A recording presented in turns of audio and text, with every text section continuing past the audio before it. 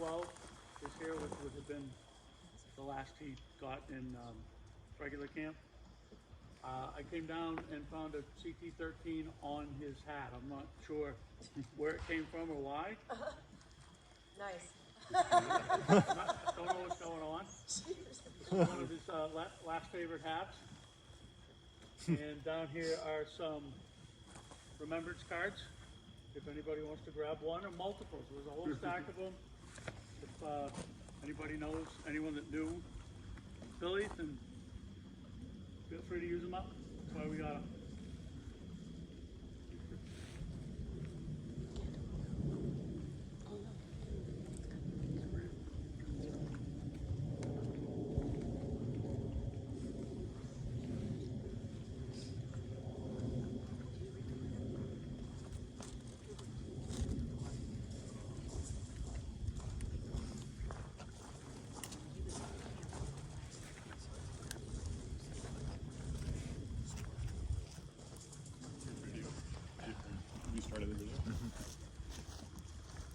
Hi everyone, thanks for coming down.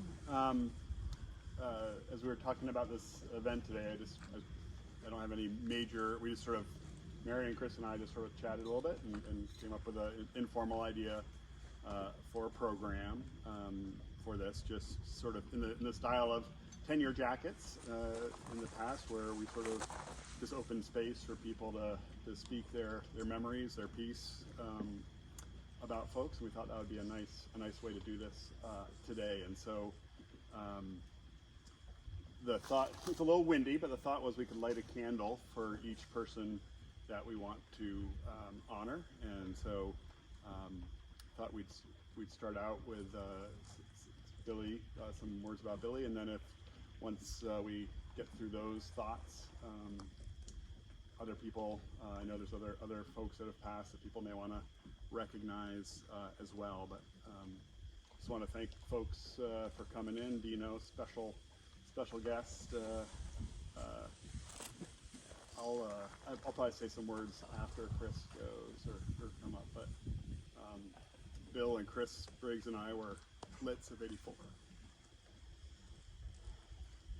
That's all I'll say for now. So, Chris.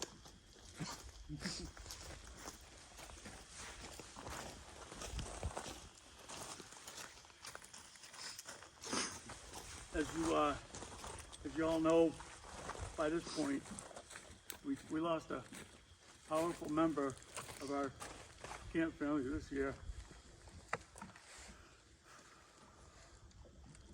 being Bill,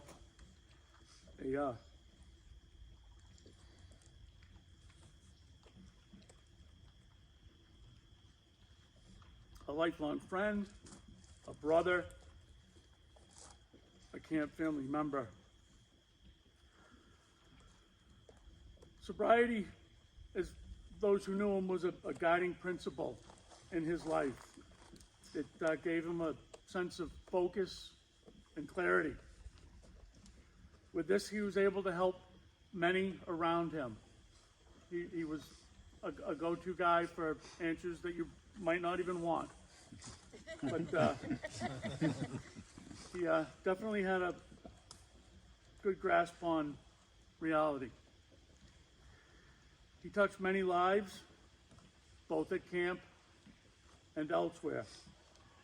He was always willing to share his experience to those who asked.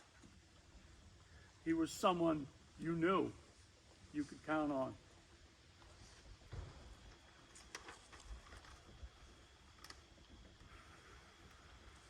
As you all know, Birch is an integral ceremonial part of the camp experience. At times, sourcing Birch for our ceremonies can be a tricky event. I'm in the preliminary stages of setting up a grove of birch on camp property so that we can have an ongoing and sustained source of birch. The tentative name, not creative, but will be the Jarvis Birch Grove. not just to commemorate him, but to commemorate those that we've all known and lost. At some point, an organized fund drive will occur. Again, I'm working on this with Artie and others. Many details are to be worked out, and any participation in it will be welcome.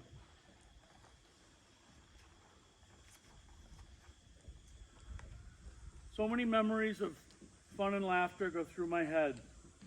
I hope that's the case for all that knew him. He could be quite a hoot to be around. Life won't be and isn't the same without Billy.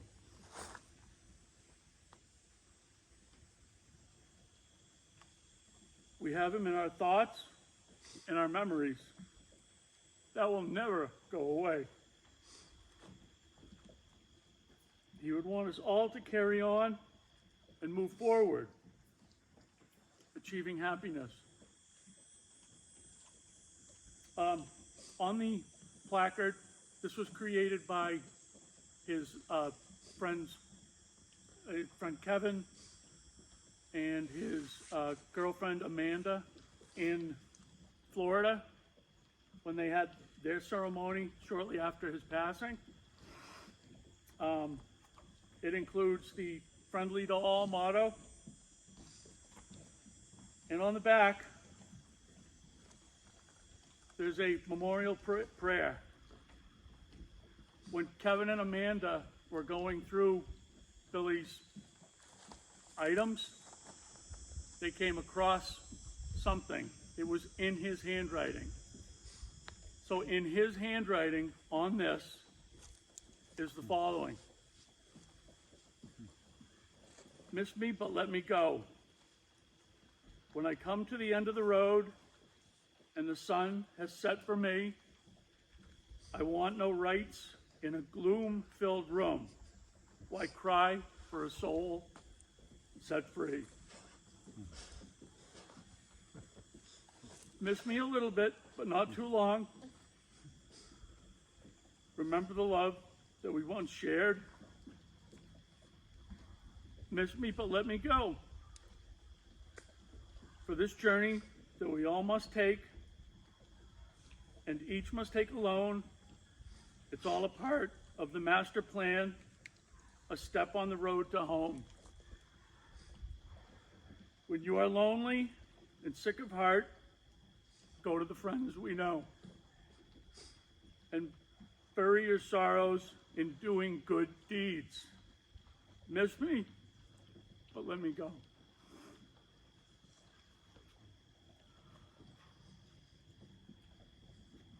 I miss my friend.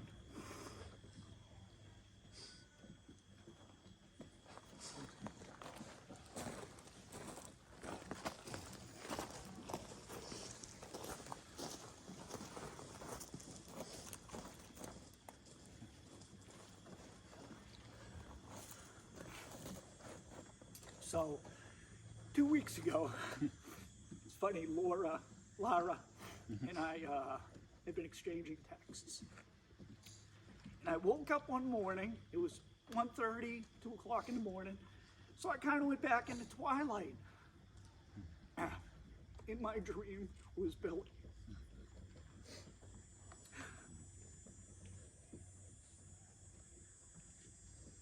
We walked for a while along this lake.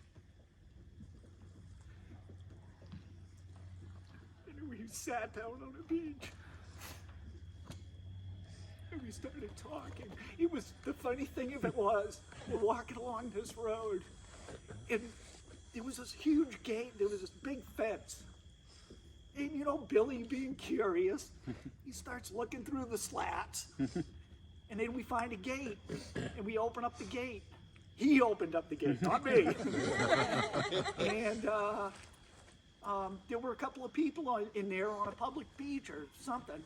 So he, you know, Billy just walks right in and sits right down, you know. And we got to talking with a couple of people there. And the dream, I knew that he was with me. and he's always with me. And you don't get too many people like that in your life. You don't.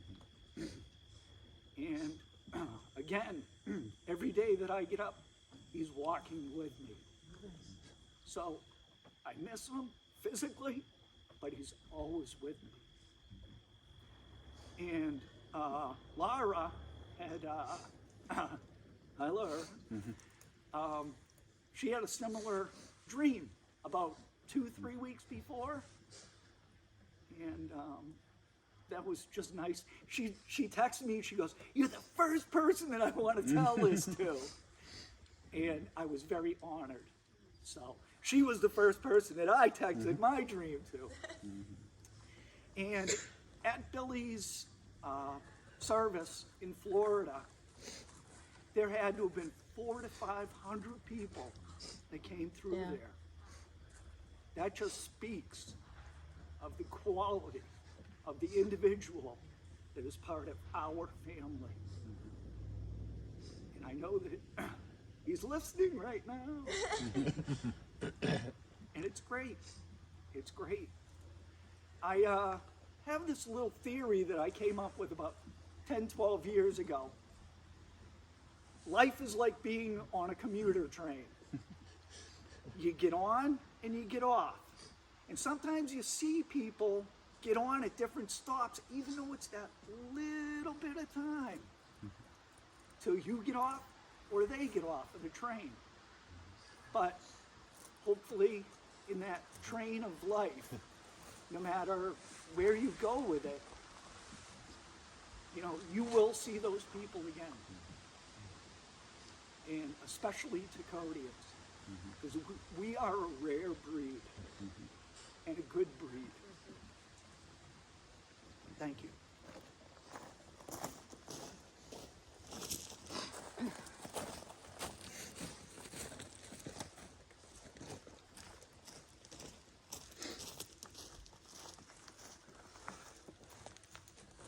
Things I loved about Billy included the fact that he was just so big. He was big at everything he did. He loved big. He was a big lover. He was a big talker, a big singer.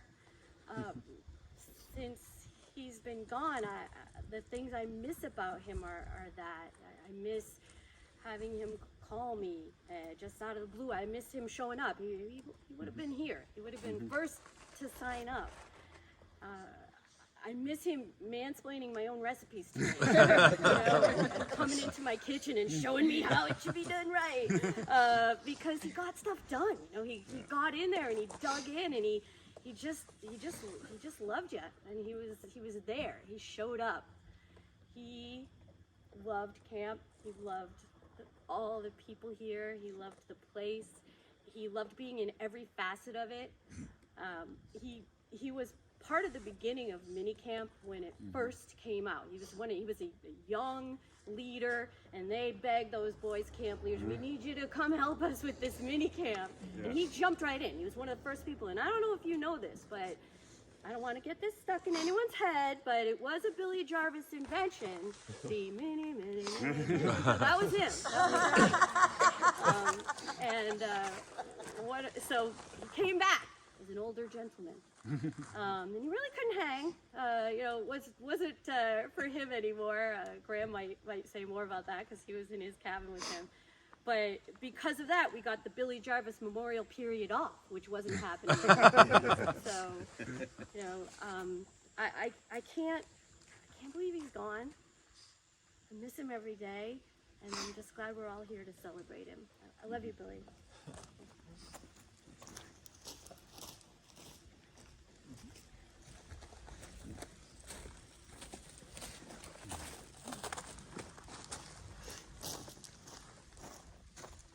If you ever had the privilege of being hugged by Bill Jarvis, you know what a hug is. He was quite the hugger. I have two memories to share about Bill. One, when he was still a camper. It was during boys' camp, obviously. And he was in the dining hall on his way out to the Twins during what I have to imagine was probably a Sunday meal. He was wearing his Takodah t-shirt and his white ribbing. Oh, yeah. And I think he's probably 12, 13, I don't know. Anyway, I was at the pot sing in the kitchen, so I got to see this little performance that he never knew I saw.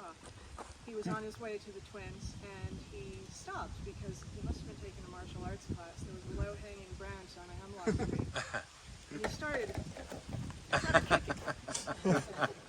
And I think he wiped out a couple times. And I just watched him, and it was, first of all, adorable.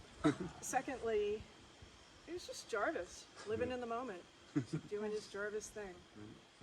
So, that. And then, as an older person, when my marriage with my first husband broke up pretty suddenly and unexpectedly, Bill wasn't a guy who called me all the time. Like, he and Mary talked all the time. He didn't call me all the time, but he called me then. And he said, I heard something happened. I said, yeah. And he gave me some words of comfort, some thoughts. But the point is, he made that effort to reach out to me at a time when he could have just stood back and let it happen. He made the effort to reach out because that's the kind of person he was. And I love him.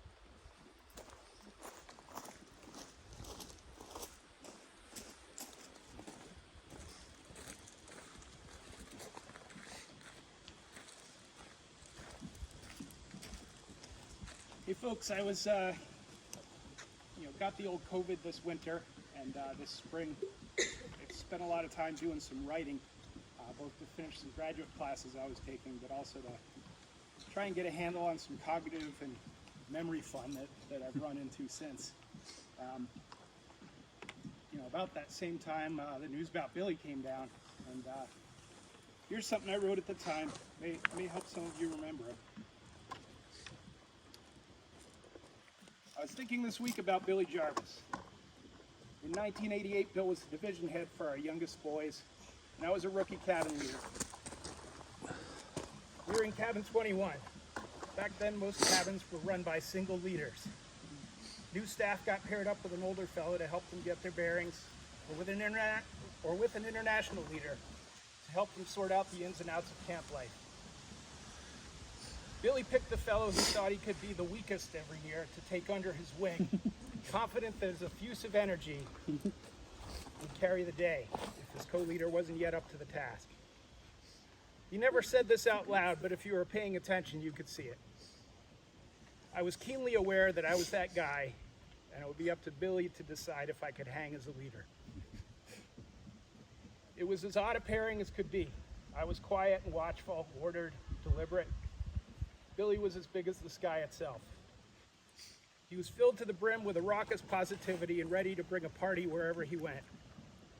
Takodah wasn't Takodah unless it was roaring with the volume at 11 and everyone on their feet dancing. After Buff passed on, Billy became the flea-fly guy. If he was leading and saw you not clapping and singing along, he'd migrate your way and lead the song right next to you, staring you down with a huge grin and a glare until you joined in, daring you to yell "Flea Fly Flow" louder than he could. If a division's energy lagged, he'd repeat the verse, squinting at them and yelling louder until they got it up to snuff. If Bill's antics saw kids getting too rowdy, Bill could literally stare them down. I dare you, see what happens. Don't poke the lion. Kids wouldn't mess with him, at least not until we got much older. Bill's legend loomed the biggest on the softball field and at Blue and White Day. At the softball throw, Bill would always throw last, just to show the campers that it was true he could hit LIT Lodge from home plate. If he didn't hit it every time, it just raised the stakes for when he'd actually pull it off. When I first met him, I was a camper in Takodah League. He coached another team. With a pitch over the plate, Bill could occasionally hit the four-square courts. But his legend grew, and by 1985, there were stories that he could drop a homer into the near tennis court. Seriously. We would get up to the plate and holler, "Hit the bell," when he took practice pitches, knowing that if it could get done, it'd be Bill who did it. There's a kid named Tommy DiStefano, notorious for stretching the truth, who swore to a few of us that Bill Jarvis had hit the roof of cabin 21 in a game. It was preposterous. There were trees in the way. And it was just too far. But you couldn't help but want to believe it. The days before YouTube, you needed guys who were larger than life to show us things like that could be done. And Billy loved being that guy more than anything. Poke the lion, see what happens. Think he can't do it? Back to 1988, I'd spent 2 hours during orientation writing up 4 to 5 page lesson plans for each of my classes. I had supply lists, drills, key concepts outlined, and activities that were all built on one another. Bill told me, dude, relax. Program director Jose Noriega affirmed that I needed to loosen up when I tried to turn in all of my day off lesson plans during orientation week. No one does that. I'll lose them if I take them now. Go play some Foursquare, go to Four Corners, meet the girls. It's too much.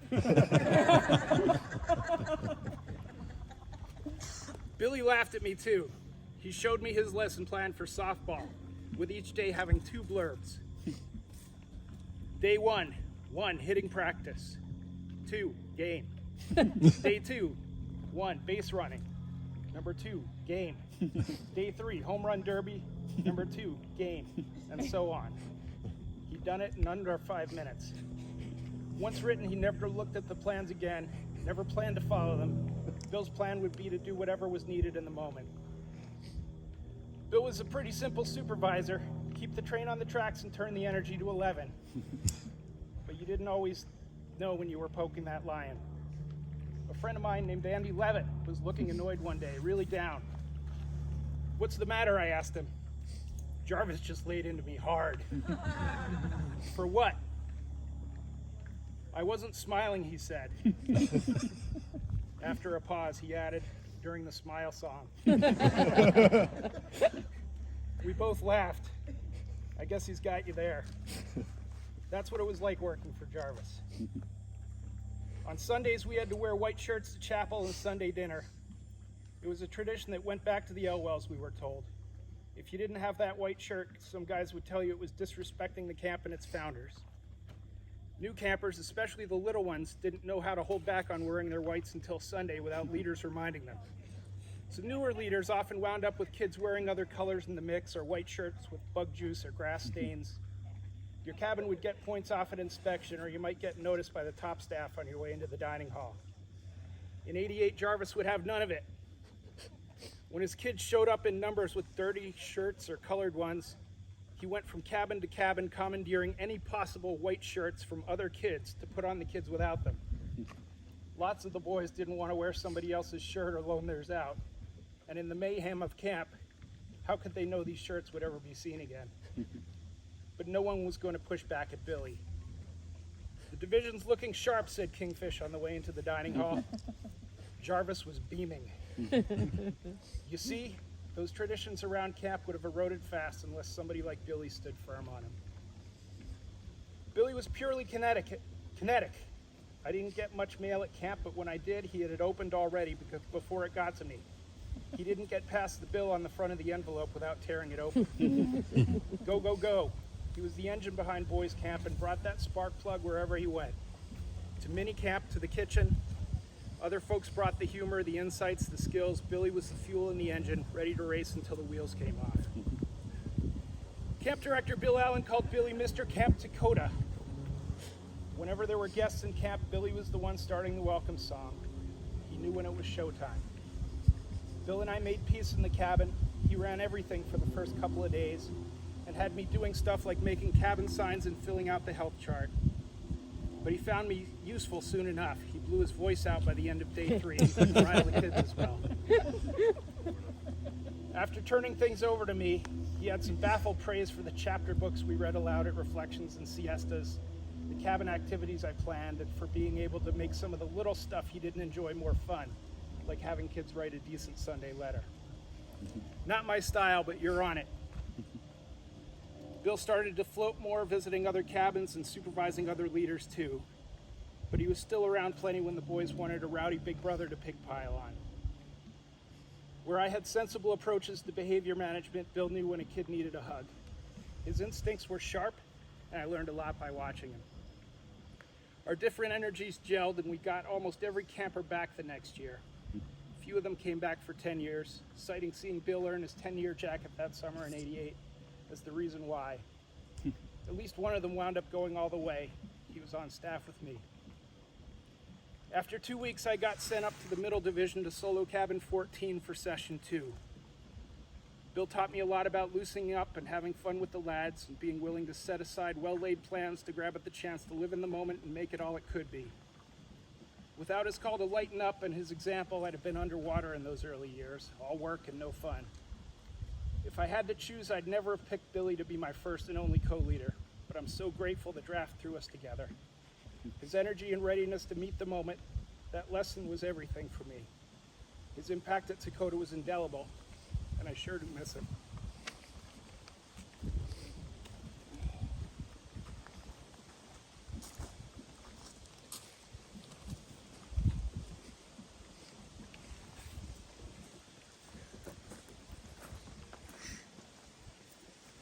My first memory of Bill is my brother was in LIT. My brother wasn't much of a Takodian. I think he only lasted 1 year. But my brother, being my brother, had an accident on the far tennis courts. And my mom, being the camp nurse, was involved in the situation. I had no idea what was going on. And when I found out what was going on, I didn't know who to talk to or deal with. And Billy just came to me. Took me out of the movie. I think we were watching Doc Savage. That was the thing. And we came down to the Mem Lodge, and he just talked to me like he'd known me forever and got me through that moment. So that was my first memory of him. Another memory I have of him is we happened to have the same day off one year when I was a leader. And we went into town. Billy knew a lot of people. Allegedly, we may have gone out to a party. And a group of us, and we got a hotel room. 4 of us crashed in the hotel. I remember laying on the bed, and me and Bill were on the same bed, and I remember his arm flopping over and hit me. And then his hand came, it went away, and the next thing I noticed is a heel to my chest, and I was on the floor. Obviously, Bill did not want me in the same bed with him, but that's okay. And then when he came to minicamp, when we started volunteering for minicamp, Mary got me involved with that. I had gotten in a motorcycle accident in '94, and I had a back problem for years and years and years and years. Saw lots of chiropractors, masseuses, all kinds of people. And I mentioned it to Bill. I basically had a knot near my spine. It was constantly there. It was always painful. And Bill says, let me take a look at it. And he says, Reiki. So he was just, it felt like he was drilling my back with his thumb, like just so much pain. And at the very end, he just, this one final push. To this day, I've not had back pain in that spot in my back. So Billy was a healer, a friend, and a partier.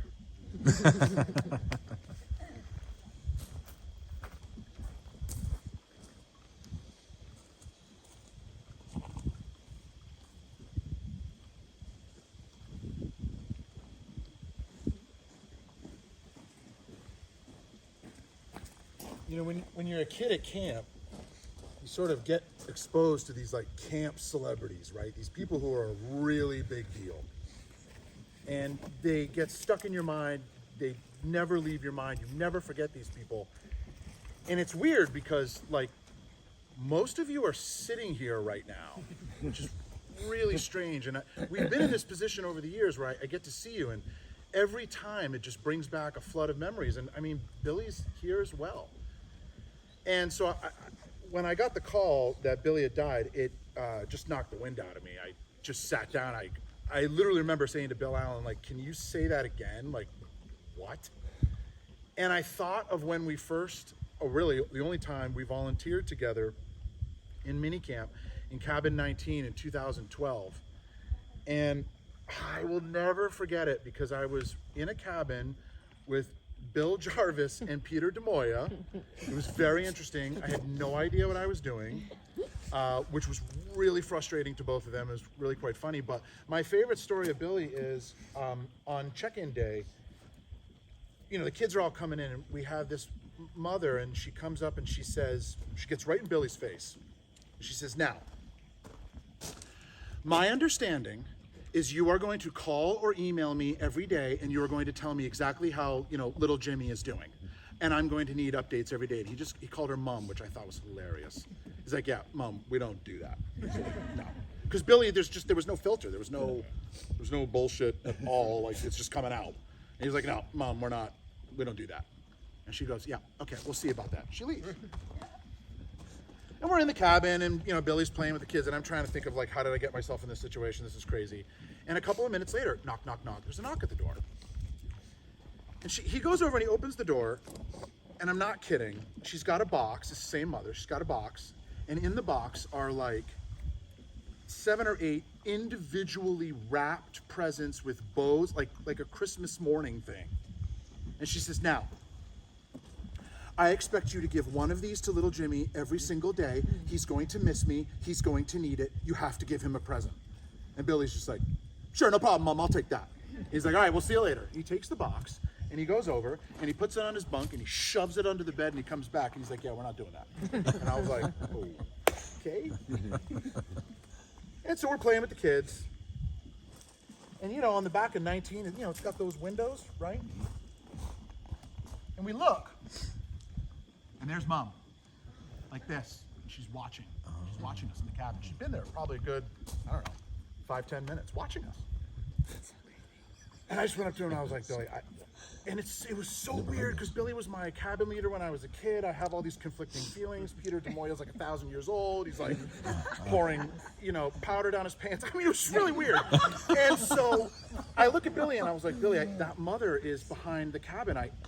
What do we do? And he just looks at me and goes, I'll take care of this. And I just sat down on my bunk, which was next to the window, and I watched him walk around, and he just goes, hey, Mom, so either you're leaving or you're both leaving. And she was like, oh, okay, we'll go. Or she says, I'll leave, and she left. Now, her son, admittedly, had a very difficult week. He had trouble adjusting to the kids. It was his first time at camp. That's the whole point of mini camp, but it was a really tough week. Billy never gave up on this kid. Worked with him all day, every day. Once his voice was gone, once my voice was gone, once I think Peter's mind was gone. And at the end of the week, Billy brought the box of presents out on the last day. Like, I think we were waiting for parents to come. And he gives the box to the kid, and the kid takes the presents and gives them to everyone else in the cabin. Oh, cool. And I just was blown away by this. And Billy knew this was a big moment for Billy. Like, he knew he was about to take credit for this. And he just sort of does one of these, and he looks around and he goes, that's what we do here. That's so Jarvis.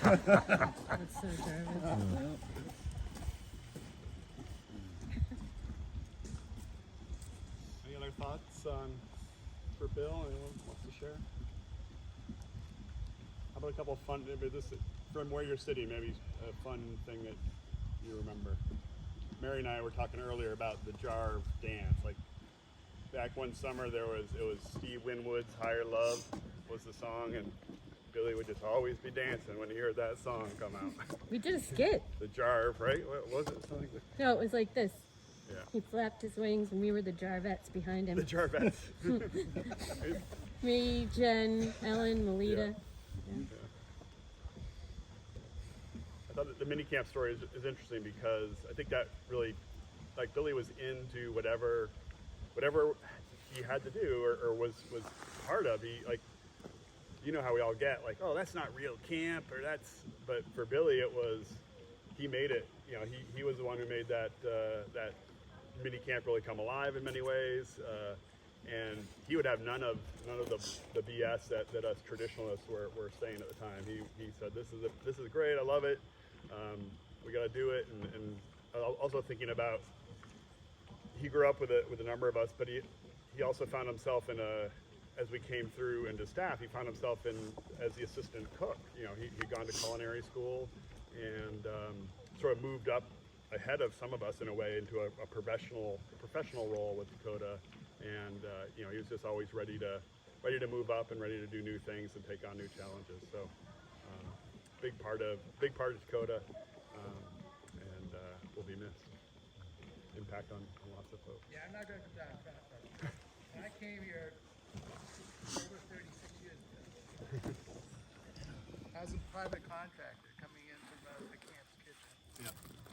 Billy made me feel welcome. And big help with transition from working at a private school in Vermont feeding 40 kids, coming into a camp situation where we're feeding hundreds and they could eat all they wanted. So it was a little transitional. And Billy was a big part of helping me through that. You know, whether we elect to call him Billy or Jarvis or BJ, whatever, the kid was lovable. Yeah. You know, I call him a kid because he was a kid to me when I got here. And, but the one thing I really loved about Billy is how he could jazz up that dining room. Yeah. He could get them going in there, and it was hilarious to watch him, you know. But over the years, you know, haven't talked too much, but Mr. Allen has always kept me informed of where's Billy, you know. Yeah. And he was a big part of this camp. He was great. I just loved him. And of course, I'll miss him. But yeah, I know. He was fun though. He put his heart into stuff. Everything. You know, it was a lot of fun.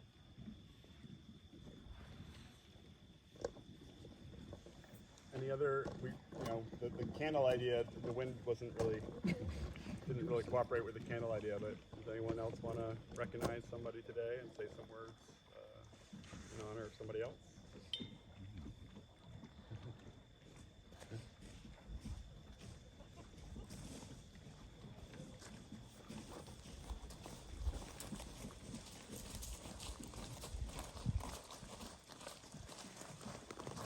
We have to do everything together. Yeah. You know, it's our cabin. So we're here to talk about Roxanne Smith. And anyone who ever came in contact with Roxanne probably knows her as someone who was funny and gregarious and an absolute wizard with Cherokees, like crazy. But if you got to know her a little bit more, you also know that she was wildly inappropriate. A tad bit particular, but also so deeply loyal. Loyal to her friends and loyal to this place. And, we were a bit of an odd couple as friends. And she had to teach me a lot of things, like how to use a lawnmower, and how to, fix screens. And I did not do it well, and she was frustrated. But she always she wasn't nice about it, but she did still teach me a lot of things. And I think that the fact that we really had nothing in common but camp, and were able to have such a close bond is something that's really magical, and I will always be grateful for that friendship. I just picture you and Roxanne in the rocking chairs in front of Friendship, Always. screaming at everybody who walks That's all by, they did. often inappropriately. There were some bad choices. Their job for maintenance was sitting in the rocking chairs. A lot of you are talking about people coming, taking you under their wing and being nice to you, right? And for me, Mary and Roxanne really took me under their wing in some inappropriate ways, and also in some really strong ways, and taught me how to be a good leader and to, have fun, but to also, follow the rules and respect the camp things. They really did, and so that's kind of how I always remember Roxanne. I just remember I came back. I wasn't going to come back because, rent's a lot more expensive than camp counseling. But I came back for a 2-week stint, and of course, I think every single person was in charge of, making the decision, BJ's going to be the leader of Cabin 21. So I get to be the leader of Cabin 21. And you guys were neighbors. Were you guys Cabin 20? Yeah, and they were in cabin. It was awesome. It was fun. I guess one of the memories I have of Roxanne was coming down to the waterfront during siesta. And if you knew Roxanne, she didn't like to bathe that often. Or shave. I wasn't going there.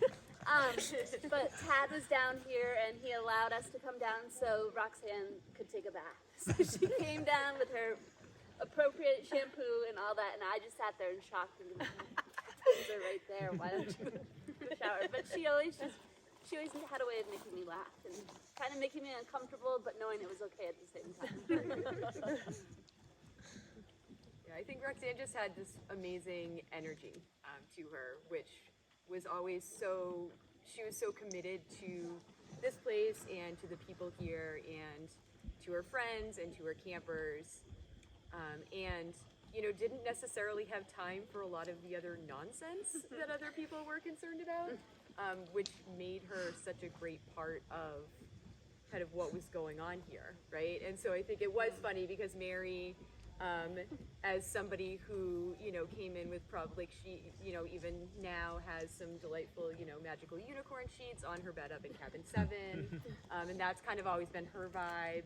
And then Roxanne, who didn't have those things, and that's kind of always been her vibe. And the two of them kind of together, you're right, I think it was the camp thing, it was the commitment and just the connection to not like the outward stuff of who everybody was, but the, we might be two very different people from super different places, but we find the same things funny, and we are kind of connected to the same places and the same people, and that was one of the things that I think I really appreciated about her the most. And that made it kind of fun when, years later, we're going camping, and this had been something where I hadn't seen her for years, but going on this camping trip, and you kind of just fall right back in, as we all know you kind of do with camp folks, where you haven't seen them in years, and you're like, okay, well, we're gonna laugh at Mary because she's carrying one log to the fire. Roxanne's brought one, we have a picture. Whereas Roxanne has like all the camping equipment and is ready just to have everybody settled in. And that was just kind of like what we all knew was going to happen and kind of how it went. And I think that was just kind of this energy that was deep inside of her that always came out when we were around. I have a few things that I think you guys will all enjoy that are really funny. So number one, Roxanne was a legend, like an unlikely legend at camp, which is really great. And I remember being a camper in my first year coming to camp, and she's running around the dining hall, and her armpit hair is just like down to like her, like it's like down to here, and I'm like, I think that's a real hippie. That is what a hippie is. I was younger. Another thing that was funny, just to tack on to Julie's camping story, was that if anyone knows Libby McNeil, Libby came on this camping trip, and she's supposed to be here. She's really sick right now. Sadly, she couldn't come. But a really funny story is Libby brings a camping stove, and she is taking the camping stove out of the box, the original box that she keeps it in, with the styrofoam and all. And Roxanne's sitting at the picnic table looking at Libby being like, what the hell is this? This is not right. She's like, you do not. Weird stuff out of her car. Totally. She was just shaking her head and being like, you're the worst camper. And then another thing that I don't know if anyone else was going to mention, but I think it was like the first year of COVID or something, but we all snuck together 2 years in, and we ended up camping together at Shiroy, like all of us, which was really funny. And we snuck onto the point. We took a little accidental walk. We paddled over to the point, and we hung out, and we talked about Roxanne all weekend. And at that point, she hadn't passed on yet, and we had just the best weekend, and we were just talking about her nonstop. And we were all leaving, and I think it was Mary that texted us that as we were leaving, Roxanne passed at that very moment. Yeah, and it was really like pretty moving. That we were all together at camp. Right. Yeah, totally. Yeah, and so the only appropriate way that we would know to say goodbye to Roxanne is Sneak into camp.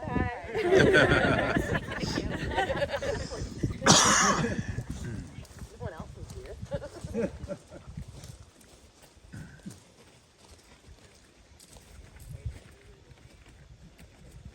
Mike, can I say one other thing? Yeah. It just makes me think, and you guys with your stories and everything, talking about Billy, it's so trite to say, people say it all the time, but make sure that the people that you love know that you love them. It sounds like your friend Roxanne, she knew and you knew how she felt about you, and I'll tell you what, nobody didn't know how Jarvis felt about them. You know, and I think that's something that we all have inside of us as Takodians, that we have that ability to just show our love, and don't forget to just be there for tell the people that you love them, and let them know. I love all of you. I love you, Mary. Anything else or any other thoughts today? In this box up front is a birch sapling that was dug up by one Mike Wilson because I asked him to do it and he agreed. So my intention is to get that in the ground before I leave this weekend, just as a start.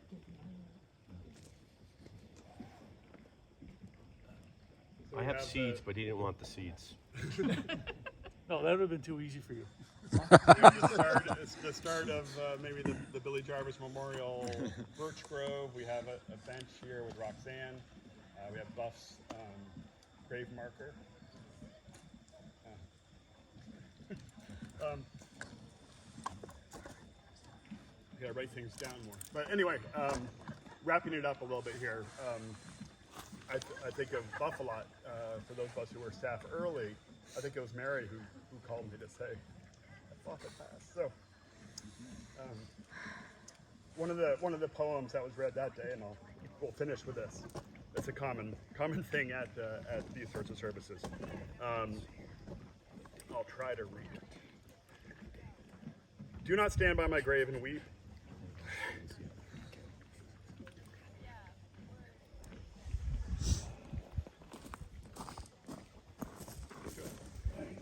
Do not stand by my grave and weep. I am not there. I do not sleep. I am the thousand winds that blow. I am the time and snow. I am the sunset on ripened grain. I am the gentle autumn rain.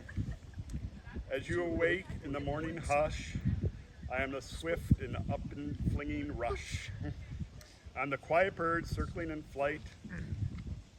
I am the day translating night. Do not stand by my grave and cry. I am not there. I did not die.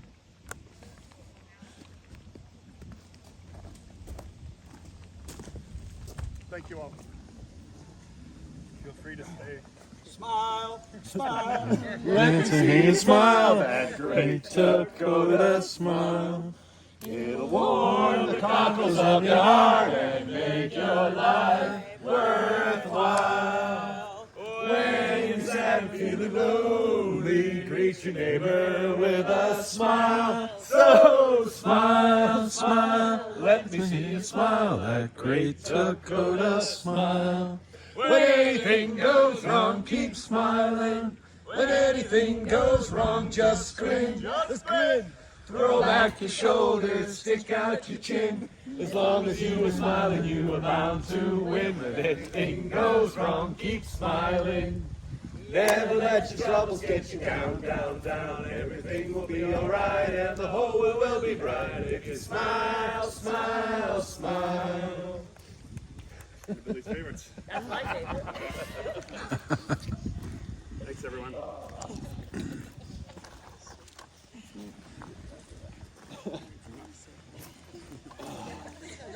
One of the original Plymouth Friars.